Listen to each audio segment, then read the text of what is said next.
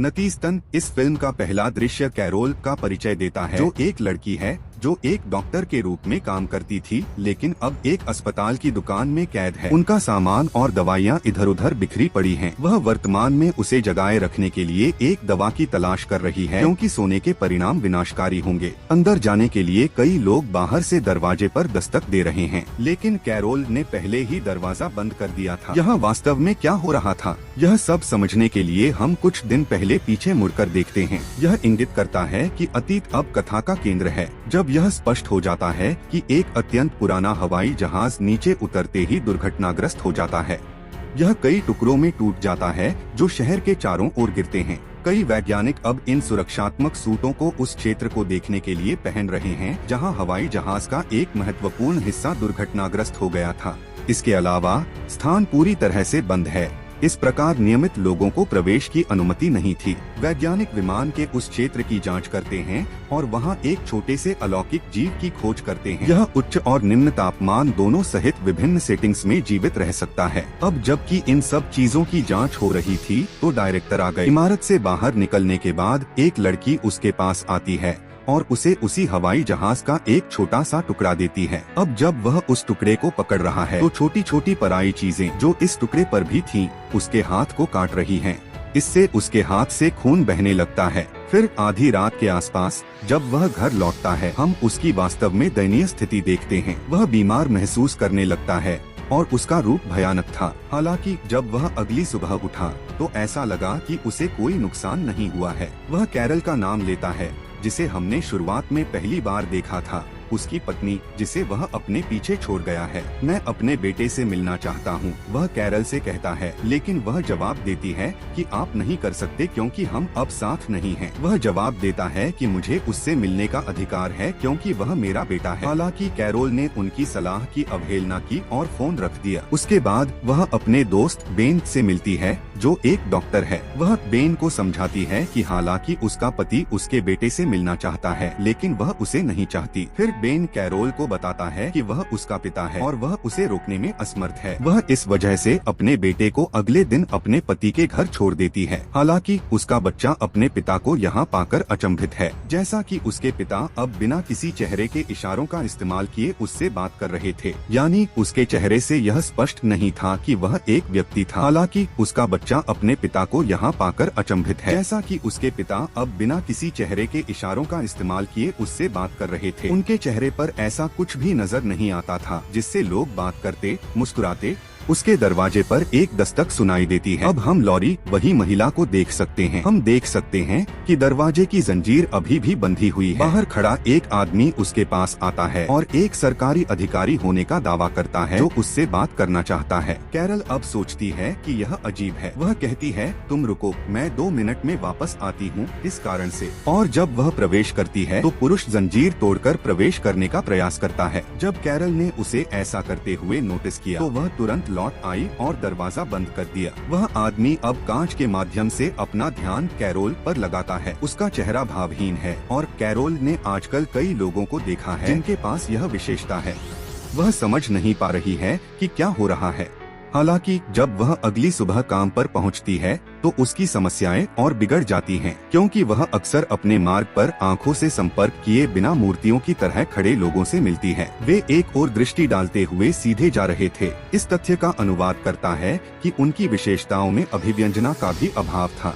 काम पर पहुंचने के बाद वह ऑनलाइन इस पर रिसर्च करती हैं, जहां करीब 20 लाख लोगों ने इस तरह के कमेंट्स किए हैं कि हर कोई, यहां तक कि हमारे प्रियजन भी काफी बदल गए हैं। उनके आचरण में भी बदलाव आया है। वह अपने दोस्त बेन को देखना चाहती है, जहां अन्य चिकित्सक भी हैं, क्योंकि वह इन सभी चीजों के बारे में चिंतित है। किसी ने उसे सूचित किया कि गिरा हुआ जेट जमीन पर था। उस पर कई अलौकिक प्रजातियां थीं, जो कि होने वाली सभी चीजों का स्रोत हैं। उनका मन पर अधिकार है, क्योंकि वे अलौकिक प्राणी पहले मानव शरीर में प्रवेश करते हैं, और जो कोई भी उन अलौकिक प्राणियों का शिकार होता है, वह उनके नियंत्रण में होता है, पूरे शरीर को नियंत्रित करता है। वह इस तरह के कचरे में बदल जाता है, क्योंकि वह किसी भी भावना और धारणा से रहित होता है।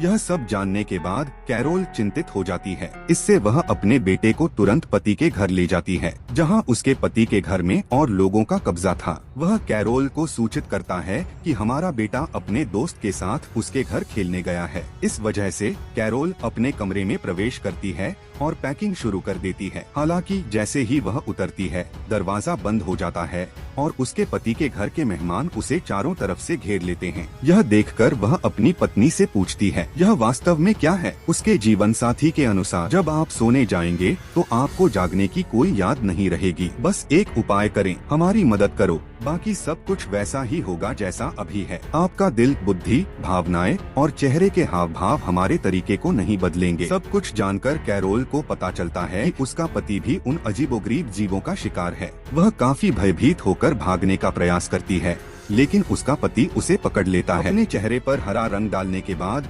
कैरोल अपने होठों को साफ करती है। वह किसी तरह बचकर अपनी कार में बैठ जाती है, लेकिन आगे बढ़ने पर वह नोटिस करती है कि उसके सामने एक ट्रक है। कुछ लोग आसपास हैं और वे आपके विशिष्ट व्यक्ति नहीं हैं। असल में वे उन अजीबोगरीब राक्षसों के शिकार हो जाते हैं। कैरल अब इस स्थान को ऑटोमोबाइल से छोड़ने में असमर्थ थी। वह जल्दी से उतर जाती है और परिणामस्वरूप दौड़ना शुरू कर देती है, जहां वे सभी लोग भी उसका पीछा करने लगते हैं। वह फिर एक ट्रेन में चढ़ने के लिए दौड़ती है और उसे पता चलता है यात्रियों में से कोई भी मानवीय भावनाओं का कोई संकेत नहीं दिखा रहा है। वे सभी परग्रही प्राणी के शिकार हैं। इतना तय है, अगर कैरोल कुछ भी नहीं समझती है तो मैं क्या करूं? तभी उसका बेटा वीडियो कॉल करता है।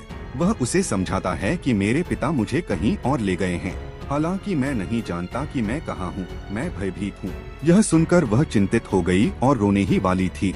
उसके सामने बैठा लड़का उसे शांत रहने, चिंता न करने और रोना बिल्कुल बंद करने की सलाह देता है। इसका तात्पर्य यह है कि पहचाने जाने के डर से आपको कोई भावना प्रदर्शित करने की आवश्यकता नहीं है और वे तुम्हें बदलने के प्रयास में तुम पर हमला करेंगे। उसके बाद कैरोल सूट का पालन करती है, एक रोबोट की तरह बैठी रहती है जब तक कि कुछ और आगंतुक नहीं आते। व्यक्तियों को एक एक करके उन अलौकिक प्राणियों के शिकार के समान बनाया जा रहा था। जब एक महिला उन्हें देखती है तो वह आग बबूला हो जाती है और उन पर चिल्लाने लगती है। नतीजतन जगह जगह हंगामा हो रहा है। जब यह खत्म हो जाता है तो क्षेत्र के सभी लोग ट्रेन के पिछले हिस्से में चले जाते हैं, लेकिन एलियंस के शिकार उन पर हमला करते हैं और उन्हें अपने में बदल लेते हैं। बस कैरोल शेष है और वह किसी तरह दोनों को भागने का प्रबंधन करती है, क्योंकि वह स्टेशन छोड़ रही है।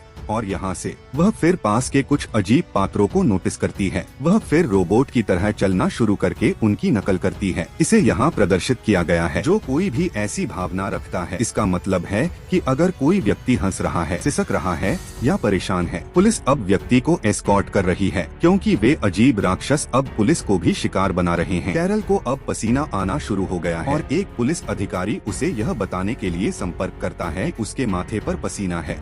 उन्हें पता चल जाएगा कि आप वहाँ हैं। आपको जाना ही चाहिए, क्योंकि यह पुलिसकर्मी पहले भी सामान्य था, इसलिए वह अलौकिक चीजों का शिकार नहीं था। वह केवल इस तरह से अभिनय कर रहा था। मैं उनका शिकार हूँ क्योंकि मैं उन एलियन जीवों से भी संक्रमित हुआ। वह फिर अपने घर लौटती है और अपने बेटे पर चिल्लाना शुरू कर देती है, जो मौजूद नहीं है। वह उसके बाद बेन के साथ डॉक्टर के पास जाती है। इस अंश में वह उसे सूचित करता है कि यह अनिवार्य रूप से एक वायरस है जो एक व्यक्ति से दूसरे व्यक्ति में फैलता है। यह वायरस किसी व्यक्ति के मस्तिष्क को नियंत्रित कर लेगा यदि यह सोते समय उनके शरीर में प्रवेश करता है। और बाद में जब बेन को उसकी मेडिकल रिपोर्ट देखने के बाद इसके बारे में पता चलता है। इसका तात्पर्य है कि वायरस व्यक्ति के शरीर में प्रवेश करेगा, लेकिन तब तक नुकसान नहीं पहुंचाएगा जब तक कि व्यक्ति सो न जाए। ये लोग अब तय करते हैं कि वे एक दूसरे का ध्यान रखेंगे ताकि कोई न सोए। डॉक्टर तब उसे सूचित करता है कि एक लैब 80 किलोमीटर दूर है। अगर हम वहां पहुंच जाते हैं तो हमारी चिकित्सा पूरी हो सकती है। लेकिन कैरोल जोर देकर कहती है कि मैं अपने बच्चे के बिना नहीं जाऊंगी। अभी वे अपनी बातें कर ही रहे थे, बीमारी से पीड़ित अन्य लोग यहाँ आ पहुँचे। वे पूरे घर को खंगालने लगते हैं। उसके बाद ये चारों व्यक्ति चुपके से निकल जाते हैं और उन अन्य लोगों की तरह बाहर खड़े हो जाते हैं। कैरल ने तब नोटिस किया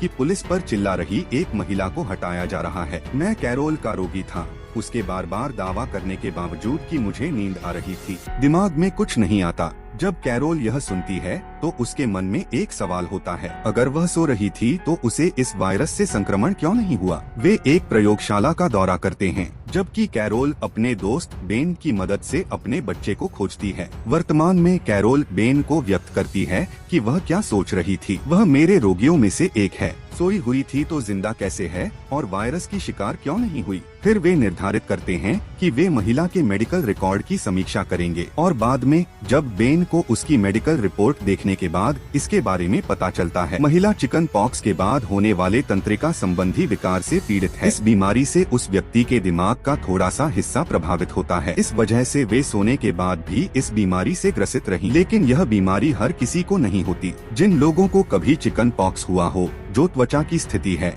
केवल वही इसका अनुभव करते हैं। उसमें बीमारी भी मौजूद थी। इसका मतलब है कि मेरे बेटे को भी यह संक्रमण नहीं हो सकता। वह इस संक्रमण से पूरी तरह सुरक्षित है। वह ठीक है, जो बताता है कि वह मुझे फोन क्यों करता रहता है। बेन अब उस डॉक्टर को फोन करता है जो लैब में गया था और वहाँ उससे संपर्क करता है।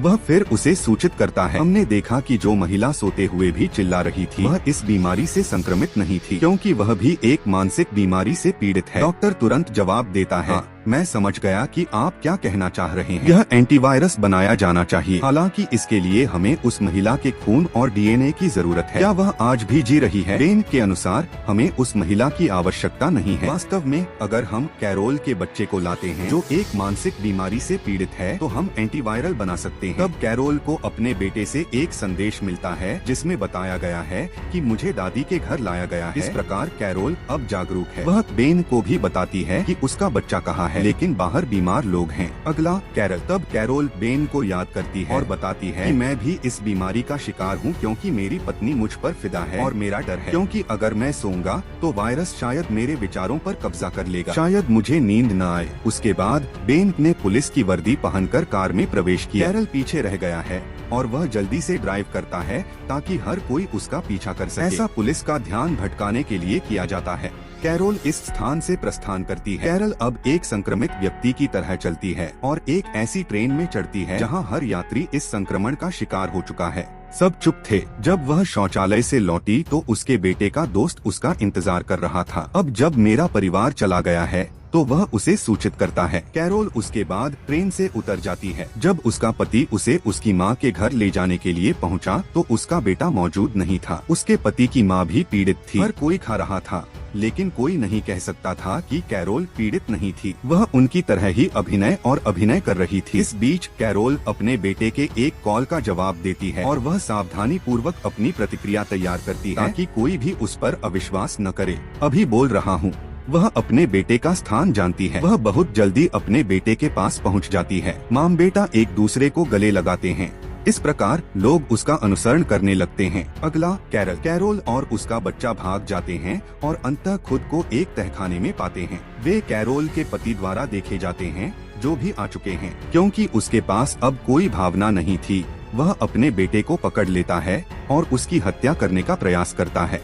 वह मेरा बेटा है, वह कहता है। हालांकि कैरोल एक रॉड से हमला करता है और उसे मारने से पहले उसे मार देता है। वह फिर अपने बेटे के साथ एक अस्पताल की दुकान पर पहुंचती है। कहीं भी कई दवाएं थीं। वह फिर अपने बच्चे को एक दवा का इंजेक्शन लगाती है और उससे कहती है कि अगर वह सोता है तो इसे अपने दिल में रख लें। बेन से एक कॉल प्राप्त करता है जो उसे सूचित करता है कि उसका बच्चा उसके साथ है और हम दोनों एक अस्पताल की दुकान पर हैं। बेन का कहना है कि मैं भी जल्द ही वहां पहुंचूंगा। कैरल अब थक चुकी थी, फिर भी सो नहीं पा रही थी। झपकी से उठने पर वह संक्रमित हो जाएगी। उसका बेटा थक गया था, परिणाम स्वरूप वह सो जाता है और वह फिर नींद की सहायता के लिए शिकार करना शुरू कर देती है। और यहाँ मूल दृश्य है जब कथा शुरू हुई थी। संक्रमित व्यक्तियों द्वारा दरवाजा खटखटाया जा रहा है। उसके द्वारा दरवाजा नहीं खोला गया है। वह थोड़ी देर के लिए उठी थी, इसलिए उसने अंत में सिर हिलाया। मेरी माँ सो रही है। जब उसका बेटा कैरोल के दिल में शॉट लगाता है, उसे पूरी रात नींद नहीं आती थी, इसलिए वह तुरंत उठ जाती है। फिर बेन भी आता है। जब वह उसे देखती है तो वह खुश हो जाती है और उससे प्यार करती है। वह जल्दी से इस नतीजे पर पहुंचती है कि बेन भी संक्रमण का शिकार है। फिर वह झट से चिल्लाती है, बेन उसकी तरफ। आपने एक बार मुझसे कहा था कि सभी को शांति से रहना चाहिए और कोई लड़ाई झगड़ा नहीं होना चाहिए। अब जब यह वायरस फैल गया है तो आप देख सकते हैं कि लोग अब लड़ते नहीं हैं। हर जगह शांति है क्योंकि वे भावहीन और भावहीन हैं। संसार में सभी प्रकार की दुष्टता समाप्त हो जाएगी। फिर वह प्रवेश द्वार को खोल देता है ताकि प्रभावित अन्य लोग यह कहकर प्रवेश कर सकें।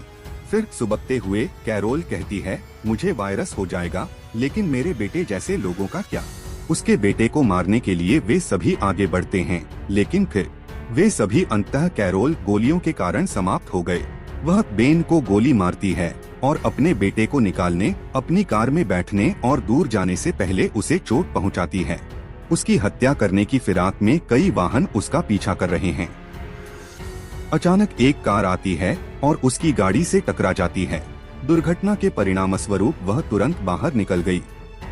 फिर वायरस के शिकार। उनके वाहन को चारों ओर से घेर लो, लेकिन इससे पहले कि वे कार की खिड़की तोड़ पाते, वह होश में आ जाती है और ड्राइविंग शुरू कर देती है। डॉक्टर जो लैब में था फिर उसे बुलाता है और पूछता है, कैरोल, हमें वैक्सीन बनाने के लिए आपके बेटे की जरूरत है। आप कहाँ हैं?